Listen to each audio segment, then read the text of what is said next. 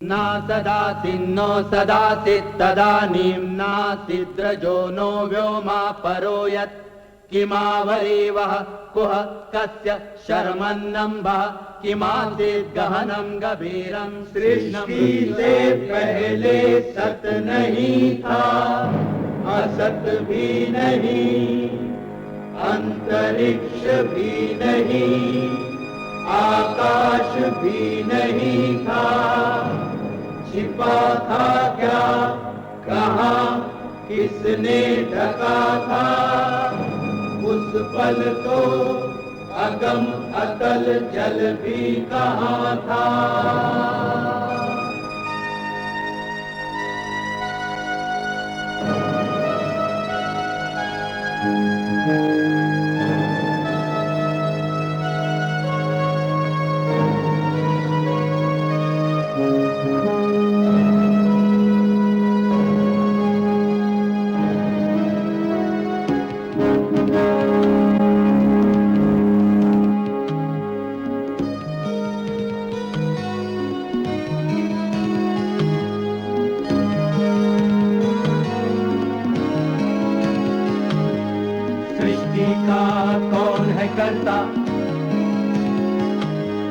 करता है वाह अकर्ता,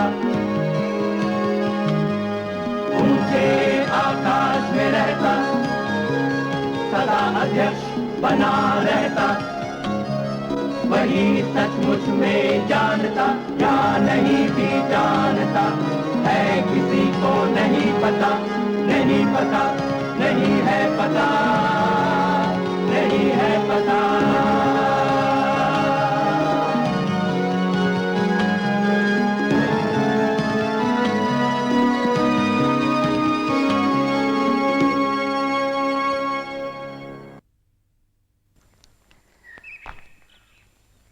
(1857) की बगावत ने पुरानी हुकूमत की सारी अंदरूनी कमजोरियां जाहिर कर दी।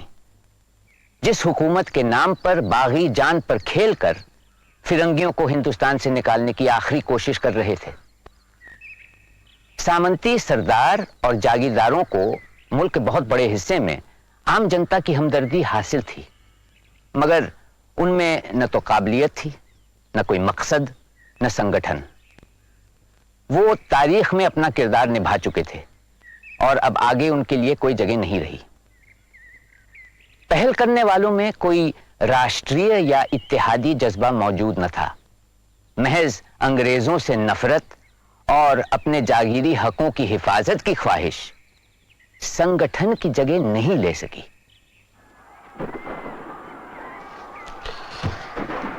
तो भैया आएगा दिल्ली।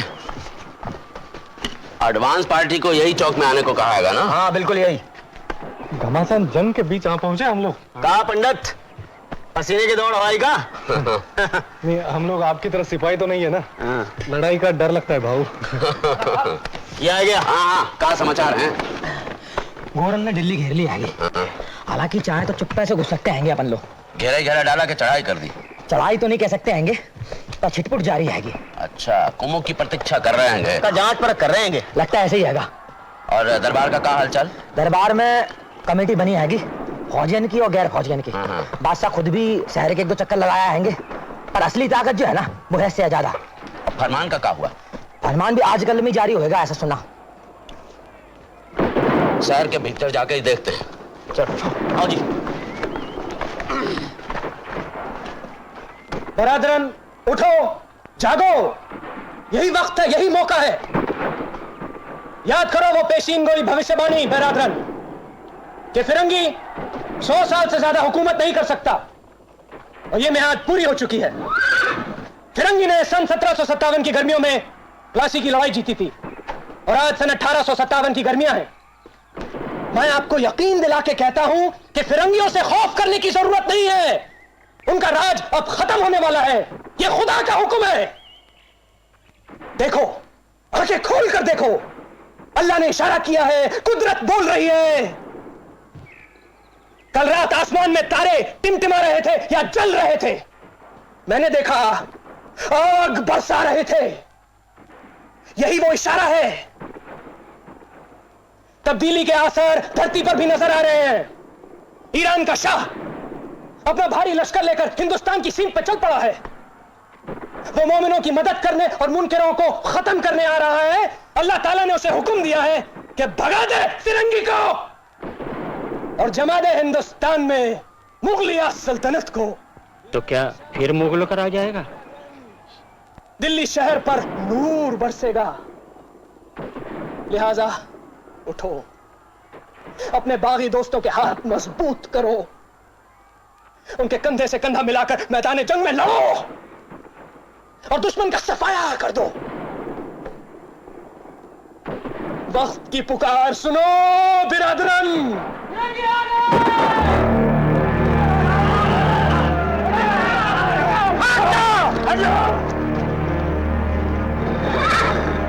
सुनो सुनो सुनो, दिल्ली के बाशिंदों सुनो, बादशाह दिल्ली अबू मोहम्मद बहादुर शाह जफर का फरमान सुनो।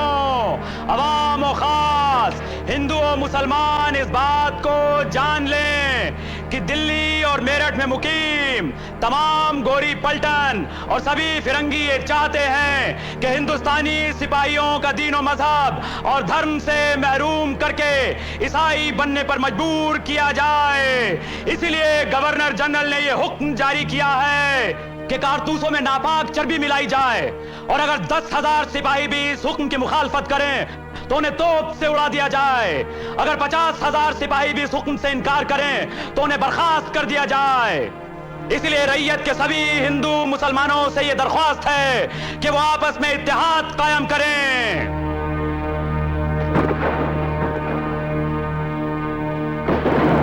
ईद के मौके पर मुसलमानों से यह गुजारिश है कि वो गाय की कुर्बानी ना दें और वो गाय का गोश्त भी ना खाएं और अंग्रेजों के खिलाफ खड़े हो जाएं। रियाया के एक इंसान को चाहिए कि वो अंग्रेजों के खिलाफत और मुगल बादशाह की तरफदारी करे। सुनो सुनो सुनो।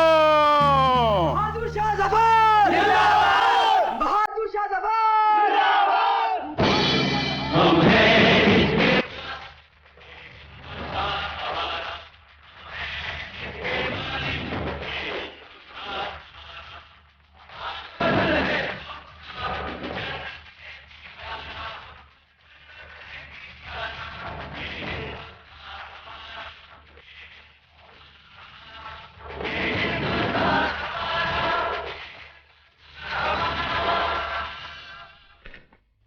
हम एकदम दिल्ली छोड़कर जा क्यों रहे हैं और कहाँ जा रहे हैं? दिल्ली से बाहर काम हैगा पंडित, और कहाँ जा रहे हैं मालूम पड़ा जाएगा। फिर भी अंत में कानपुर जाएंगे, पर पहले अवध से गुजरेंगे।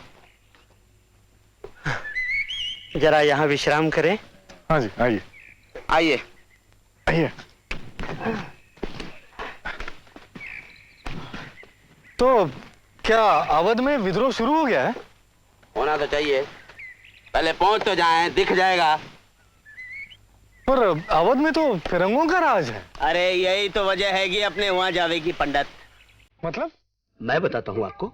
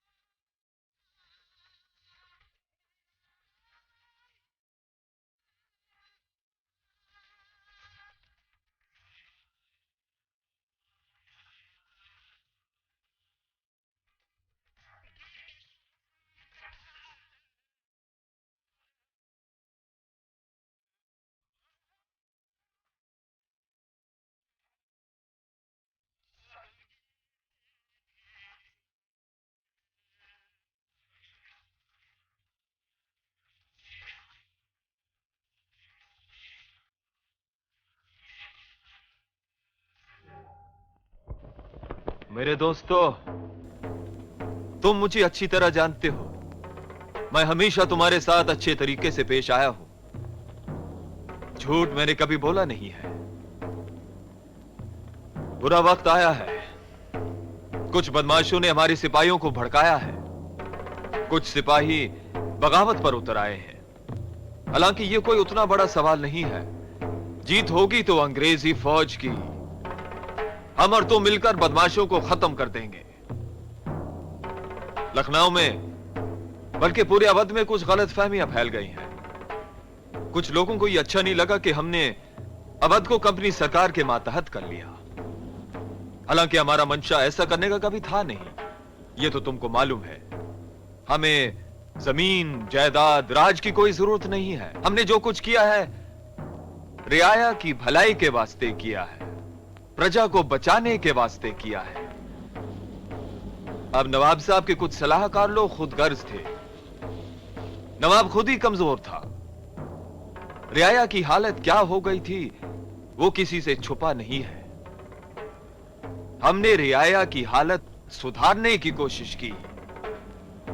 हिंदुस्तान में बिल्कुल पहली दफा हमने एक नया राज बंदोबस्त शुरू कर लिया।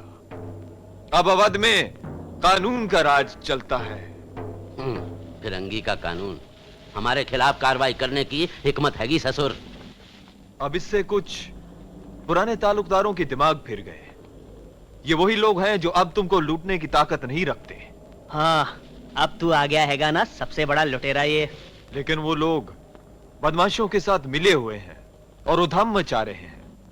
हमारे कुछ वफादार सिपाही उनके बुलावे में आ गए हैं। तरह तरह की अफवाहें फैलाई जा रही हैं। वो लोग कहते हैं कि हम तुम्हारा धर्म, तुम्हारा मजहब खत्म करना चाहते हैं। दोस्तों, ये सरासर झूठ है। उनको बता जिनने तेरा चर्बी चोपड़ा कारतूस देखा हैगा। हम तुम्हारे धर्म मजहब के मामले में दखल अंदाजी नहीं करना चाहते हैं, ना ही हम उसको खत्म करना चाहते हैं। आपका जो भी धर्म होवे आप उसको मानो, हमें कोई एतराज नहीं है। पहले यहां ऐसा नहीं था। औरंगजेब ने हिंदुओं पर बहुत जुल्म किए और रंजीत सिंह ने मुसलमानों पर। देखो देखो, ये कौमी दंगे करवाएगा ससुर। हमने ऐसा कभी नहीं किया और ना ही कभी करेंगे। तो दोस्तों, तुम अपने ऊपर काबू रखो। अफवाहें मत सुनो, गलत फहमियों में मत आओ। कोई भी बात होवे तो हमें बता दो। हम तुम्हारी मदद करने के लिए तैयार हैं। सारे सवाल सुलझाएंगे, फौरन हल करेंगे। शिकायत करने वाले को गोली से मार देंगे, जैसे बनारस में किया। झूठा चोटा दुनिया भरेगा। हो अरे भैया, का पता ये फिरंगी ठीक बोल रहा होए। हो सकत हैगा। अंग्रेजन में भी सोई कुछ ऐसे हैगे जो खुद बुरे नहीं, पर जब हमारे साथ सलूक करने की नौबत आती हैगी तब तेवर देखो। गिरगिट हैगा अंग्रेज, गिरगिट, समझे? समय समय पर रंग बदलने में तेज। काम का छोड़ देंगे अंग्रेज को? नहीं, बिल्कुल नहीं। तो क्या मतलब आप सारे फिरंगियों को खत्म कर देंगे? नहीं शास्त्री जी, जो फिरंगी हमारे खिलाफ लड़ेंगे उनको तो हम छोड़ने वाले हैंगे नहीं, मगर मैदान जंग में। और बाकियन को जहाज पर असवार कराए के रवाना बिलात। मगर झांसी में और दिल्ली में तो पंडित, कभी कभी जब गुस्सा सर पे चढ़ जाता हैगा तो गलत काम हो जाता हैगा। फिर पछतावा होता हैगा। अब पछतावे से काल आप बागियन को तो देखते हैगे हैं? पर फिरंगियन को नहीं देखते हैगे। अरे उनने का निर्दोष औरत और बच्चन को छोड़ दिया हैगा। गांव के गांव जला दिए हैंगे और कोई को बाहर नहीं करने दिया। लेकिन फिर भी आप देखे नहीं हैंगे। हाँ। और भगवान करे आप देखें भी नहीं कभी। हाँ। अगर आप कभी वहां फंस गए तो कथा सुनाने के लिए जिंदा नहीं रहोगे, समझे? शास्त्री वो ऐकले? ओम भूर्भुवस्सुवः तत्सवितुर्वरेण्यं भर्गो देवस्य धीमहि धियो यो नः प्रचोदयात्। पंडित जी महाराज, आप हैगे पक्के ब्राह्मण। हम देख रहे हैगे कि इतनी भागा दौड़ी के बीच भी इनका पूजा पाठ भजन पूजन बिना बाधा चली जाता हैगा।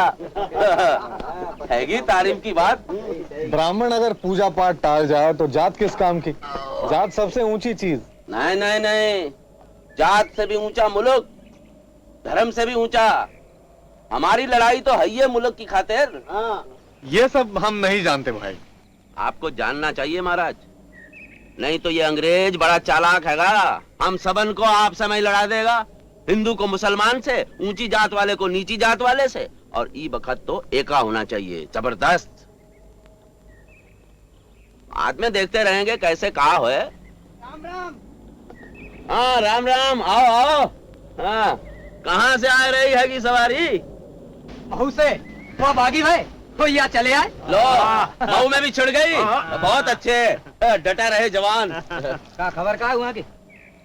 भाभी वही खबर है जो और जगह है। अच्छा। पहली चिंगारी इंदौर में गिरी, वहाँ के राज साहब पहले तो ना खुश थे, फिर रेजिमेंट बागी हो गया, तो ये अंग्रेज रेजिडेंट सर पे पांव धर के भगा। जब खबर महू पहुंची तो हमने ही बगावत कर दी। इसके बाद हम यहाँ चले आए, बहुत सौ ने दिल्ली की राह पकड़ी। आप लोग कहाँ को जाओगे? कानपुर जाने का डर आएगा। हमारा भी उसी तरफ जाने का इरादा है। आप ऐसा करो, आप बागियन की किसी रेजिमेंट में भर्ती हो जाओ, ऐसे घूमोगे तो डाकू समझे जाएंगे। ऐसे नहीं करो आप। यही इरादा है, वहाँ लखनऊ की फौज में हमारे जहाँ के कुछ जवान हैं, उन्हीं से मिलाप करेंगे। भगवान सहाय होए। राम राम। राम राम भाई, राम राम। मेरा ख्याल है हम लोग भी निकल लें। कल अलग सुबह। पंडित जी, ब्रह्म बेला मुहूर्त हैगा प्रस्थान का कल। आप जब कहो, हमें तो कानपुर जाने की बड़ी उतावली है। सुना है नाना साहब पेशवा भी कानपुरी हैंगे। तो उससे क्या भाई, इतनी जंग छिड़ी हैगी, यज्ञ अनुष्ठान का के पास फुर्सत हैगी। हैं? आपकी दक्षिणा डूबी। देखते हैं जाने में क्या हर्ज है। ये नहीं छोड़ेंगे।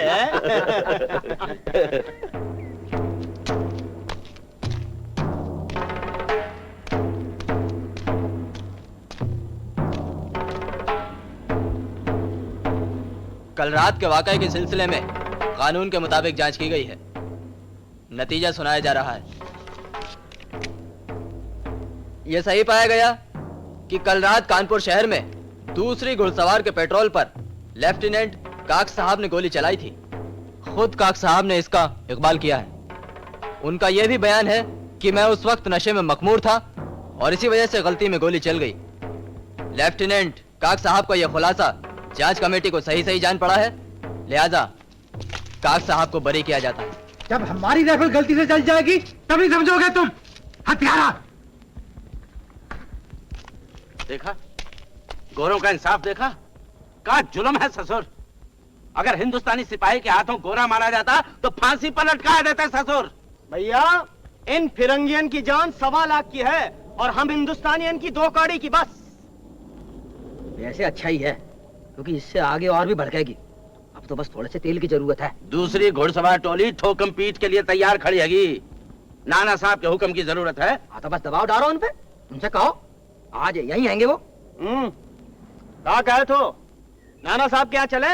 हुकुम दई हैं, अपन समझाई है, मानी है, काहे ना मानी है।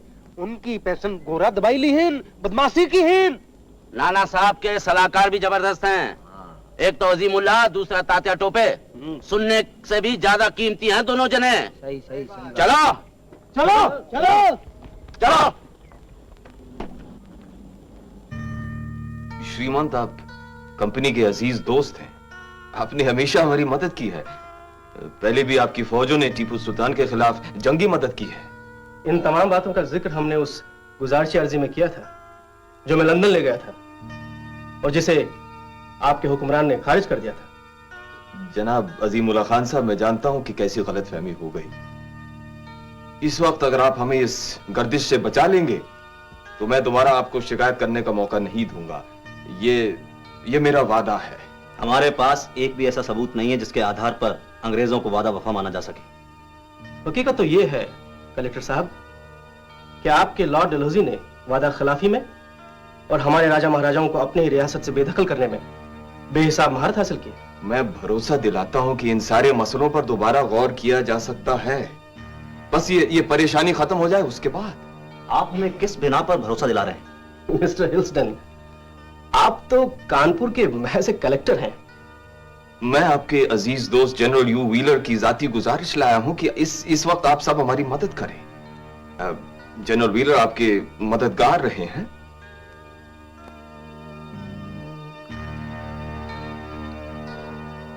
सर ह्यू हमारे दोस्त हैं। निजी तौर पर हमें उनसे कोई शिकायत नहीं है, मगर अब हम श्रीमंत को कैसे समझाएं? अब वक्त कुछ ऐसा है कि कलेक्टर साहब, आपके जनरल हमसे किस तरह की मदद चाहते हैं?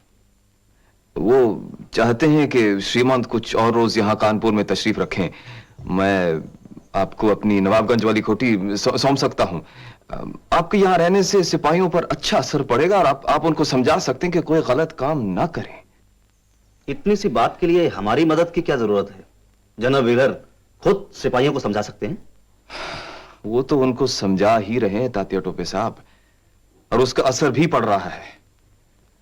लेकिन वो एक अंग्रेज हैं और आप लोग अच्छी तरह जानते हैं कि आज की हालात में इस बात का उल्टा असर पड़ता है। जनरल साहब ये भी चाहते हैं कि आप हमारे बारूद खाने का भार ले लें। क्या आपके सिपाही बारूद खाने पे तैनात नहीं है? हैं तो, लेकिन आपको उनकी वफादारी पर शक है? नहीं, ऐसा बिल्कुल नहीं है।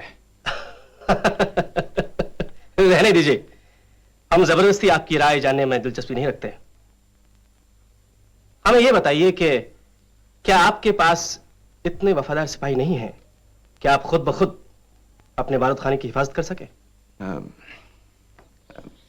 नहीं है। आप लोग अच्छी तरह जानते हैं कि हमारे पास सिर्फ 300 अंग्रेजी सिपाही हैं और उनमें से कई बीमार हैं। क्या आपने कुमक बुलाने का इंतजाम नहीं किया? मतलब यह कलेक्टर साहब कि अगर यहां के हिंदुस्तानी सिपाही बगावत पे उतर आते हैं तो हम किस तरह से बारूद खाने की हिफाजत कर सकेंगे और कब तक करेंगे? कुमक आ रही है इलाहाबाद से। अब हमारी बदकिस्मती यह है कि लखनऊ में सर हेनरी लॉरेंस और फौजें भेजने के लिए तैयार नहीं है। ओ, तो शहर में जो इंग्लिशमैन हैं उनका क्या होगा? अगर सिपाही सर उठाएंगे तो उनकी जान को भी तो खतरा हो जाएगा। उनको हम अपने महफूज अहाते में उठा देंगे। अब सच तो यह है कि कई वहां पहुंच भी चुके हैं और उनमें से कई औरतें और बच्चे भी हैं जिनके पालक यहाँ नहीं हैं। कानपुर फैमिली वालों के लिए आरामदेह स्टेशन है। हमारे पास कुछ सिपाही हैं, इस बात से तो आप वाकिफ हैं ही। हम 100-200 सिपाही भेज भी सकते हैं,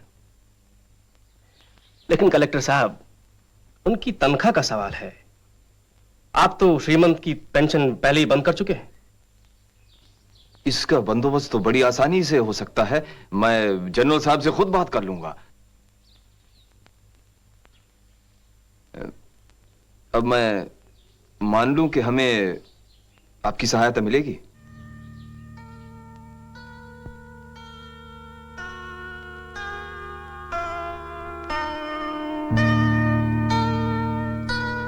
आपको हमारी सहायता मिलेगी।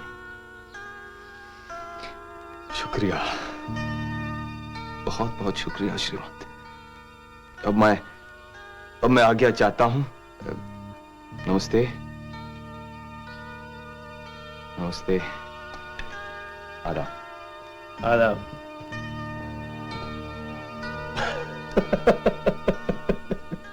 गुस्ताखी माफ श्रीमंत। अंग्रेज अपने हाथों से अपना बारूद खाना हुजूर को खैरात में दे रहा है, वहीं उनका खजाना भी है। सिपाहियों को इस बात का मेहनताना भी दे रहा है कि वो दोनों पर कब्जा कर ले। या अल्लाह, कितना बेवकूफ है अंग्रेज।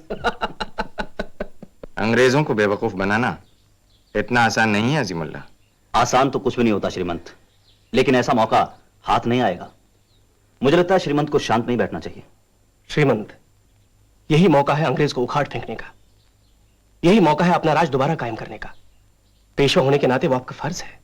लेकिन अपने वचन का पालन करना भी तो हमारा फर्ज है अजीमुल्लाह। एक विश्वासघाती को दिया गया वचन? नहीं श्रीमंत, नीति नहीं बताती कि ऐसे लोगों को दिए गए वचन का पालन किया जाए। हमारी फौजें तैयार हैं, फौज का हर सिपाही तैयार है। वो आपके नेतृत्व की प्रतीक्षा कर रहे हैं। पूरे हिंदुस्तान की आंखें आप पर लगी हैं। आपको इस देश को, देश के वासियों को अंग्रेजी हुकूमत से आजादी दिलानी है। यह आपका फर्ज ही नहीं, उत्तरदायित्व भी है। हुजूर, हम महीनों से इस घड़ी का इंतजार कर रहे हैं, अब हिचकिचाना क्या? क्या वो घड़ी आन पहुंची है? अजीम, तात्या साहब, जी हुजूर। एकदम दरवाजे पर खड़ी है। ठीक है, यही सही। तात्या साहब, सिपाहियों को मोर्चे पर लगाओ, बारूद खाना काबिज करो। इस वक्त उन्हें यही कहना कि जनरल के हुक्म से ये सब कर रहे हैं। आजिमुल्लाह, दूसरी कैवलरी के सिपाहियों को इकट्ठा करो, हम खुद उनसे बातचीत करेंगे। श्रीमंत, महाराष्ट्र से 2 ब्राह्मण पधारे हैं, दर्शन पाना चाहते हैं। शुभ चिन्ह है, आदर पूर्वक उन्हें यहां ले आओ।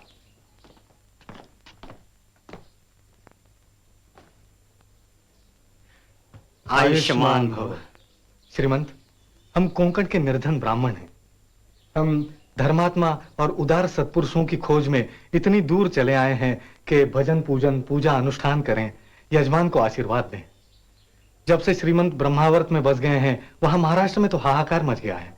ब्राह्मणों भिक्षुकों का कोई पोषण करता ही न रहा। आप लोग बहुत शुभ घड़ी पर आए हैं। आप लोग ब्रह्मावर्त को दर्शन दीजिए। वहां हमारा एक महल है, वहां जाकर निवास कीजिए। क्यों तात्या? हम बहुत शीघ्र एक अनुष्ठान प्रारंभ करना चाहते हैं। आप लोग भजन कीर्तन कीजिए, हमें आशीर्वाद दीजिए। सौमंगल्यम चास्तु, ऐश्वर्यमस्तु। दीर्घमायु श्रेया शांति पुष्टिस्तुष्टिश्चास्तु। 57 की 5 जून को कानपुर भी धड़क उठा, कानपुर भी धड़क उठा। ब्रिटिशों का त्योहार महोत्सव, फौजी का जी दहक उठा, फौजी का जी दहक उठा। हुई मुठभेड़ तो गोरा भागा, बाकी दिल्ली और चले, साथ में उनके नाना साहेब, रोका सबको पेड़ तले। ताजा तोपे भी हाजिर थे, सो दोनों में बात हुई। नाना ने फिर सिपाहियों से अपने मन की बात कही, नाना ने फिर सिपाहियों से अपने मन की बात कही, अपने मन की बात कही, अपने मन की बात कही। मेरे दोस्तों, हमने विद्रोह शुरू कर दिया है। यह सिर्फ एक बगावत नहीं है, बल्कि जंग है जिसे हम आखिरी सांस तक लड़ेंगे। यह जंग तभी खत्म होगी जब हम फिरंगी को अपनी धरती से निकाल बाहर करेंगे। जब तक हम अपना लक्ष्य पूरा नहीं कर लेते, हम न संधि करेंगे न शांत रहेंगे। क्योंकि यह जंग फिरंगी को भगाने और पहले वाले शासकों को उनके छीने हुए हक दिलाने के लक्ष्य से लड़ी जा रही है। हमें तैयार रहना है, तैयार रहना है एक लंबे अरसे तक लड़ने के लिए, डट कर लड़ने के लिए, मुल्क की हर दिशा में लड़ने के लिए। हमारी लड़ाई आग की तरह है, वो फैलेगी और हमें पूरा भरोसा है कि ये आग एक दावानल की तरह पूरे देश में फैल जाएगी। इसीलिए मेरे अजीज दोस्तों, हमें अपनी योजना बहुत ध्यान से बनानी होगी। आप सब लोग दिल्ली जाना चाहते हैं, हम आप सबके जज्बात समझते हैं। दिल्ली तो हमें पहुंचना है ही, मगर इस वक्त दिल्ली जाना सही कदम नहीं है। क्योंकि फिरंगी यही तो चाहता है, वो चाहता है कि सब जुझारू सिपाही आप लोग दिल्ली चले जाएं, ताकि वो अपनी पूरी ताकत यहां लगा दे और एक ही धक्के में हमें हरा दे, मिटा दे। ये हम नहीं होने देंगे। दोस्तों, इस नाजुक मुकाम पर दिल्ली जाना हमारे लिए मुफीद नहीं है। हमारे लिए फायदे में यह होगा कि हम जगह जगह छोटे छोटे मोर्चे कायम करें, जगह जगह लड़ाई लड़ें, ताकि दुश्मनों को हम हरा सके, फिरंगी की फौजों को हम बांट सके। तभी उन्हें धूल में मिलाना आसान हो जाएगा। दूसरे जो इलाके हमारे कब्जे में आते हैं, वहां का अच्छा बंदोबस्त करना भी बहुत जरूरी होगा। इसलिए दिल्ली का इरादा छोड़कर हम कानपुर चलें। कानपुर पर ऐसा कब्जा कायम करें कि फिरंगी खौफ खा जाए। दिल्ली की रक्षा हमारे दोस्त सिपाही कर ही रहे हैं। फिरंगी वहां नाकों चने चबा रहे हैं। कानपुर में भी ठीक यही करना होगा। इसीलिए मेरे दोस्तों, कानपुर की ओर कूच करो। चलो कानपुर।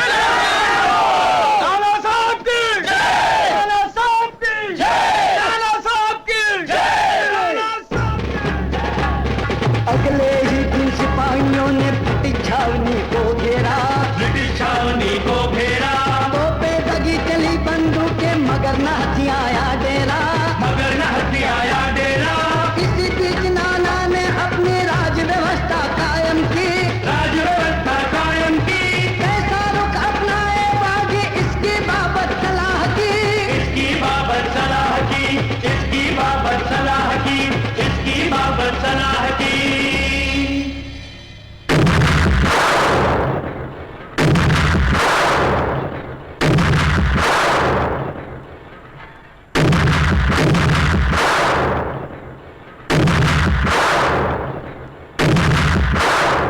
अंग्रेजों को सिर्फ घेरने से काम नहीं चलेगा। अजीमुल्लाह, तुम्हें ऐसी हुकूमत की योजना करनी चाहिए जो इंसाफ का राज कहलाए। दूसरी बड़ी बात यह कि हमें बगावत को फैलाना होगा। ये ना हो कि हम कुछ ही जगहों पर बंद कर रह जाए। ये खतरे से खाली नहीं। हमारे आदमी लखनऊ में जोरों पर काम कर रहे हैं। लखनऊ कभी भी बढ़ सकता है। इसके सबसे बड़ा फायदा यह होगा कि सर हेनरी लॉरेंस यहां पर सर ह्यू व्हीलर की कोई मदद नहीं कर सकेगा। मदद का तो अब सवाल ही नहीं उठता श्रीमंत। लॉरेंस के पास है ही कितनी फौजें कि वो कानपुर जाने की सोच भी सके। और अगर वो कानपुर जाता है तो हम उन्हें गंगा पार नहीं करने देंगे श्रीमंत। दत्ता साहिब, ये मत भूलिए कि अंग्रेजों ने पूरे इलाहाबाद पर कब्जा कर लिया है, वो भी बगैर एक गोली चलाए। वहां के सिपाहियों ने उनकी वफादारी निभाई। शर्म आनी चाहिए। सिर्फ शहर उनके हाथ में है। गांव देहात में काफी गड़बड़ फैल चुकी है। इतना बड़ा इलाका और वो भी मुखालफत में खड़ा है। वहां के तमाम जमींदार और तालुकेदार हमारी तरफ आने को उतावले हो रहे हैं। खां साहब, जमींदारों और तालुकेदारों के पास ना तो तालीम याफ्ता फौजें हैं ना रुपया। मगर तातिया, उनका हमारी तरफ होना हमारे लिए ही फायदेमंद है। वो तो है, लेकिन दूसरे राजे महाराजे और नवाब। कुछ लोगों से हमें उत्साहजनक पत्र मिले, और कुछ ऐसे भी हैं जिन्होंने बिल्कुल दिलचस्पी नहीं दिखाई। खासकर होलकर और सिंधिया ने हमें बहुत निराश किया है। हमारा अनुमान था कि होलकर तो चुपचाप बैठे रहेंगे, मगर सिंधिया ग्वालियर में उठ खड़े होंगे। उनकी फौजें, तोपें, बंदूकें और उनका खजाना हमारे बहुत काम का साबित होता।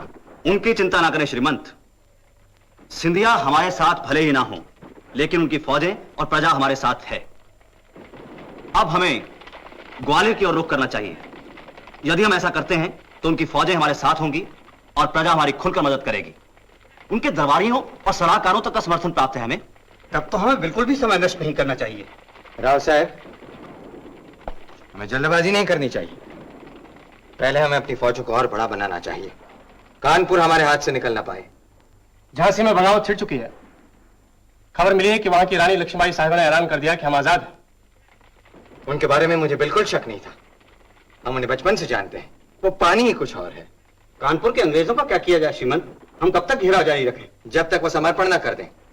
आखिर सवाल तोप के कुछ गोलों और बंदूकों का ही तो है। वो भी थक गए हैं और हमें भी जल्दी नहीं है। मगर उनका होगा क्या? अगर वो समर्पण करते हैं तो उन्हें छोड़ दिया जाए, और क्या। मतलब अंग्रेजों को कानपुर छोड़कर चले जाने दिया जाए? दूसरा रास्ता नहीं है राव साहब। इतने बड़ी तादाद में अंग्रेजों को गिरफ्तार करके हम रखेंगे कहां? हम उन्हें जान से तो नहीं मार सकते। श्रीमंत, फिरंगी के खेमे में सफेद झंडा फहरा रहा है। उनका नुमाइंदा कह रहा है कि जनरल व्हीलर साहब शरण के आने की शर्तों की बाबत सलाह करना चाहते हैं। अच्छा है। लेकिन अजीमुल्लाह, उनके साहस की सराहना करनी पड़ेगी। पूरे 3 सप्ताह तक हमसे लड़ते रहे। बहरहाल, उनसे बातचीत करने का भार मैं तुम्हें सौंपता हूँ। ज्वाला प्रसाद को साथ ले जा सकते हो। अंग्रेजों से कहो कि उनमें से जो भी डलहौजी की नीतियों से संबंध नहीं रखते, वो सब आजाद हैं। जहां चाहे जाएं, मगर अपने हथियार और दौलत हमें देते जाएं। हम उनके लिए कुछ नावों का प्रबंध कर देंगे ताकि वो गंगा स्नान करके इलाहाबाद जा सकते हैं। आपने वजह फरमाया श्रीमंत। इस हमला को यहाँ आने का सबब भी नहीं मिलेगा। आखिर इन्हीं को छुड़ाने तो यहाँ आया था। यह सत्य नहीं श्रीमंत। वो यहाँ जरूर आएगा, चढ़ाई करेगा और कानपुर काबिज करना चाहेगा। हो सकता है, मगर उस स्थिति में हम सिर्फ उसी पर ध्यान केंद्रित कर सकेंगे। अंग्रेजों ने किया समर्पण तो नाना ने कुछ नावें दी, भोजन की सामग्री भी दी और यहां तक अपनी हिफाजत की खातिर कुछ बंदूकें भी दी। नहीं सिपाही इससे खुश था, नहीं सिपाही इससे खुश था कि सक जाए अंग्रेज आंख के आगे से, और वो भी जिंदा, ये उसको मंजूर नहीं था। दूर दूर से बड़ी भयानक खबरें पहुंच रही थी।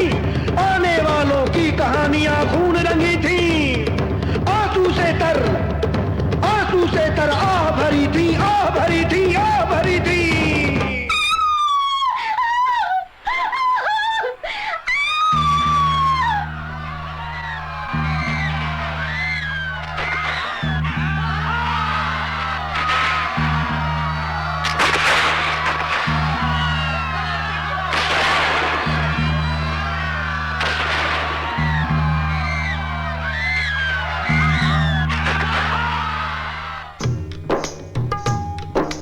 इलाहाबाद से चले तो हैवलक और नील ने किया कमाल। इलाहाबाद से चले तो हैवलक और नील ने किया कमाल। जुल्म किए मन माने जिनकी कहीं मिलेगी नहीं मिसाल। जुल्म किए मन माने जिनकी कहीं मिलेगी नहीं मिसाल। गांव गांव में आग लगाकर ऐसा भीषण कांड किया। गांव गांव में आग लगाकर ऐसा भीषण कांड किया। बेगुनाह औरत बच्चों को मौत के घाट उतार दिया। बेगुनाह औरत बच्चों को मौत के घाट उतार दिया।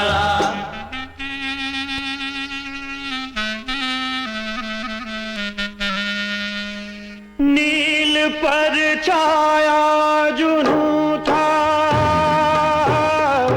नील पर छाया जुनून था।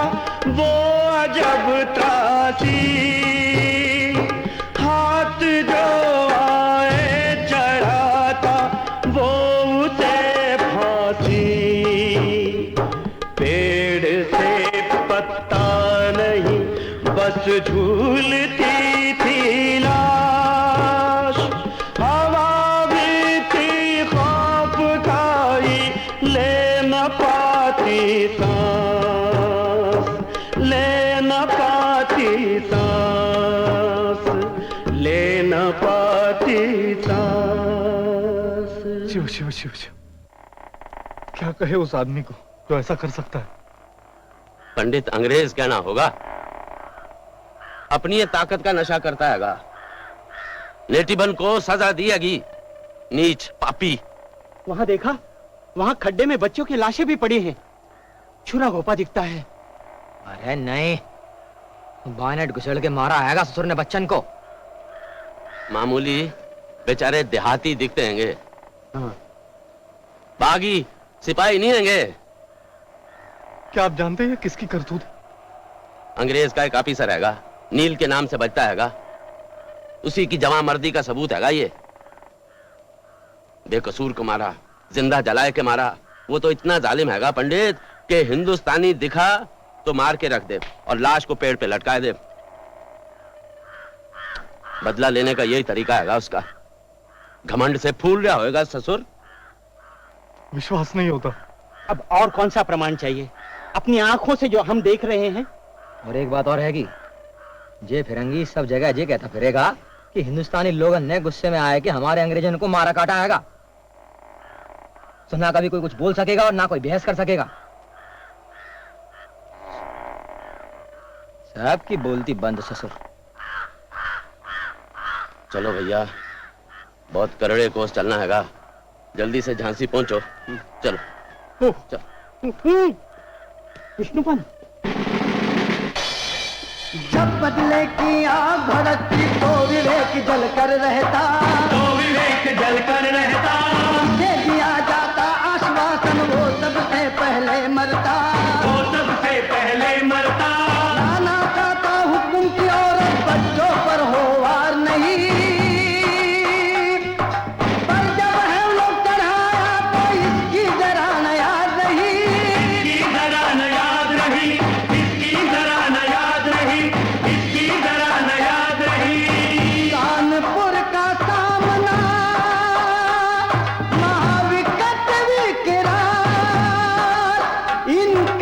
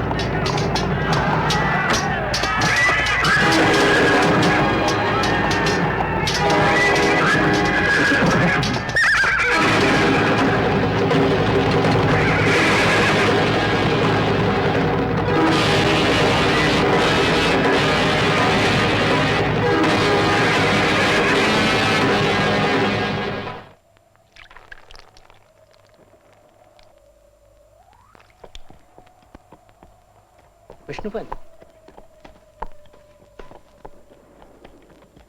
प्रणाम भाई। नमस्कार भाई साहब। आप लोग वही हैं ना जो झांसी में मुझसे मिले थे? हाँ भाई साहब। क्या आप भी झांसी छोड़कर जा रहे हैं? लेकिन ये सवाल बेतुका है, मैं खुद झांसी छोड़कर जा रही हूँ। भाई साहब, हम ठहरे ब्राह्मण आदमी लड़ाई के डर से भागे। हमने सुना है कि झांसी पे अंग्रेजों ने कब्जा कर लिया है। हमें आपकी बड़ी चिंता होती रही। झांसी पे कब्जा नहीं किया है, एक किले पे कब्जा किया है। मैं अंग्रेजों के खिलाफ इसलिए लड़ी क्योंकि मुझे अपनी झांसी से प्यार है और उन्होंने मुझसे बलपूर्वक झांसी छीनने की कोशिश की थी। लेकिन अब सवाल सिर्फ झांसी का नहीं रह गया है, पूरे मुल्क का है। अब तो तभी दम लेंगे जब इन अंग्रेजों को इस देश से हमेशा के लिए निकाल बाहर करेंगे। चलो मुंदर, खूब सुस्ता लिए। भाई साहब, आप प्रस्थान करेंगे इस जख्मी हालत में? चलो चलो, हम लोग कालपी जा रहे हैं। वहां नाना साहेब, राव साहेब और तात्या टोपे ने डेरा डाल रखा है। उन्हीं में शामिल होकर के जंग करेंगे। आशीर्वाद दीजिए कि हम लोग विजयी हों। विजयी भव। चलो दामोदर राव।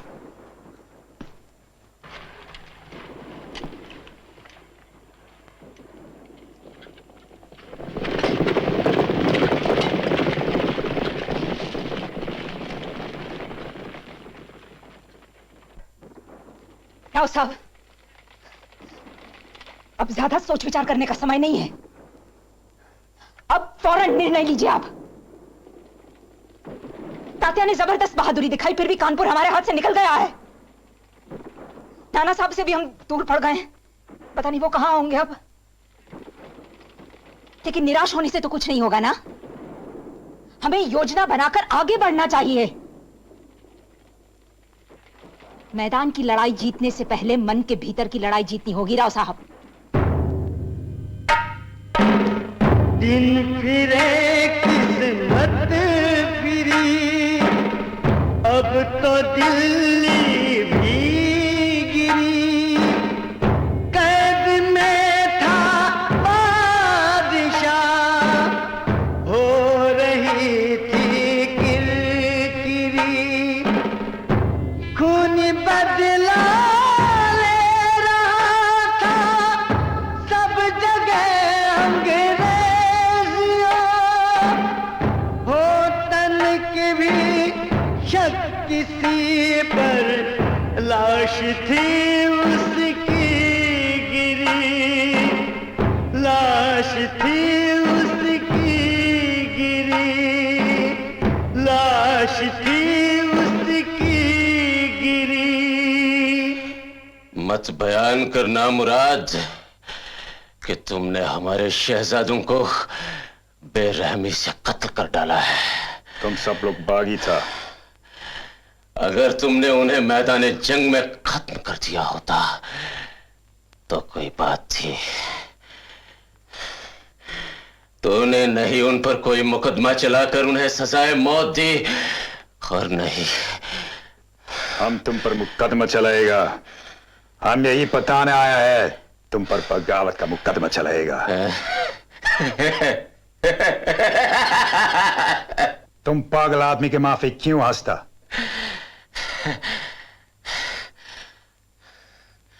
हम नहीं, पागलों जैसा बर्ताव तुम कर रहे हो। तुम कम से कम तुम हम पर यह तोहमत तो नहीं लगा सकते कि हम सरफिरे हैं। क्या मतलब?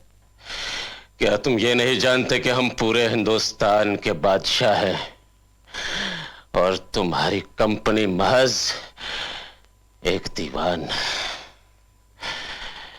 किसी बादशाह पर उसकी सल्तनत और हुकूमत के खिलाफ बगावत का मुकदमा नहीं चलाया जा सकता, नहीं चलाया जा सकता। रानी राव साहब को तात्या गए दौड़ के ग्वालियर। गए दौड़ के ग्वालियर। फौजे उनकी तरफ हो गई, भगा सिंधिया चंबल पार। भगा सिंधिया चंबल पार। मुठभेड़ों में भले जीत हो मगर मगर जंग तो हार चले थे, अंग्रेजों के आगे बागी हथियारों को डाल चुके थे। अंग्रेजों के आगे बागी हथियारों को डाल चुके थे, हथियारों को डाल चुके थे। जी तो नारी पर मर्दानी रानी झांसी की अभिमानी, रंचंडी बन लड़ी अंत तक उसने हार नहीं मानी। उसने हार नहीं मानी, उसने हार नहीं मानी। रानी का बलिदान देख कर तात्या टोपे लड़ा साल भर, आखिर वो और राव साहब भी चढ़ गए फांसी के तख्ते पर। आखिर वो और राव साहब भी चढ़ गए फांसी के तख्ते पर, चढ़ गए फांसी के तख्ते पर, चढ़ गए फांसी के तख्ते पर। सितंबर 1857 में दिल्ली की किलाबंदी और पतन ने बगावत का पांसा ही पलट दिया। तब से कई महीनों बाद तक अंग्रेज विद्रोह को कुचलते रहे। बेशुमार बागियों को तोपों से बांधकर उड़ाया गया, बेरहमी से गोलियों से मारा गया, सड़कों के किनारे पेड़ों पर फांसी चढ़ाया गया। हरे भरे कई खुशहाल गांव बेचिराग होकर पूरी तरह बर्बाद हो गए। जिसके सिर पर खून चढ़ा हो उसने नहीं किसी की मानी, उसने नहीं किसी की मानी। अरे चला मुकदमा बादशाह पर, किया रवाना काले पानी, किया रवाना काले पानी। गोरा जीता मगर तुरंत ही हटी कंपनी की सरकार, हटी कंपनी की सरकार। रानी विक्टोरिया के हाथों आया देश का सब अधिकार। रानी विक्टोरिया के हाथों आया देश का सब अधिकार, आया देश का सब अधिकार, आया देश का सब अधिकार। ग्रेट ब्रिटेन और आयरलैंड के संयुक्त राज्य, यूरोप, एशिया, अफ्रीका, अमेरिका और ऑस्ट्रेलिया के उपनिवेशों और अधिराज्यों की महारानी विक्टोरिया ने फैसला किया है कि वो हिंदुस्तान के उन तमाम इलाकों के शासन प्रबंध का कारोबार खुद करेंगी जिन इलाकों पर अब तक जनाब ईस्ट इंडिया कंपनी की हुकूमत कायम थी। इस फरमान के जरिए महारानी विक्टोरिया जनाब Charles John viscount of Canning को अपना पहला वाइसराय और गवर्नर जनरल नियुक्त करती हैं ताकि वे महारानी के नाम पर और उनकी तरफ से शासन प्रबंध करें। हिंदुस्तान के देशी राजाओं के लिए ऐलान किया जाता है कि जनाब ईस्ट इंडिया कंपनी ने उनके साथ जो संधियां की हैं उनका पूरी तरह से पालन किया जाएगा।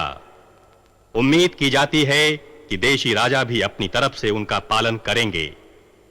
ऐलान किया जाता है कि सरकार धार्मिक विश्वास के आधार पर न किसी के प्रति किसी प्रकार का पक्षपात करेगी न पीड़ा देगी और हर एक को कानून की एक समान सुरक्षा निष्पक्ष रूप में मिलेगी।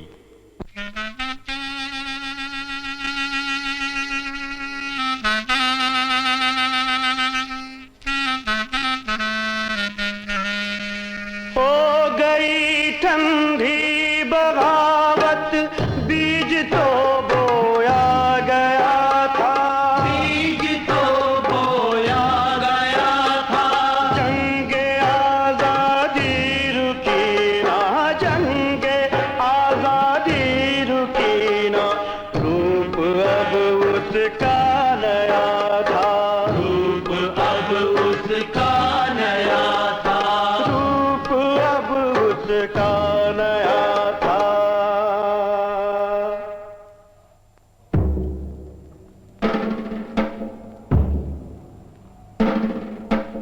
आज शहीदों ने है तुमको अहले वतन ललकारा,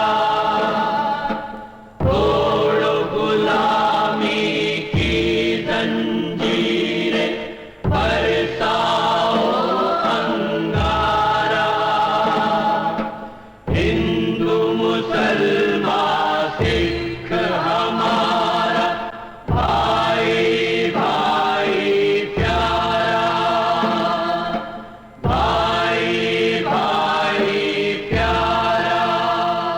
हम हैं इसके मालिक, ये हिंदुस्तान हमारा। हम हैं इसके मालिक, ये हिंदुस्तान हमारा, ये हिंदुस्तान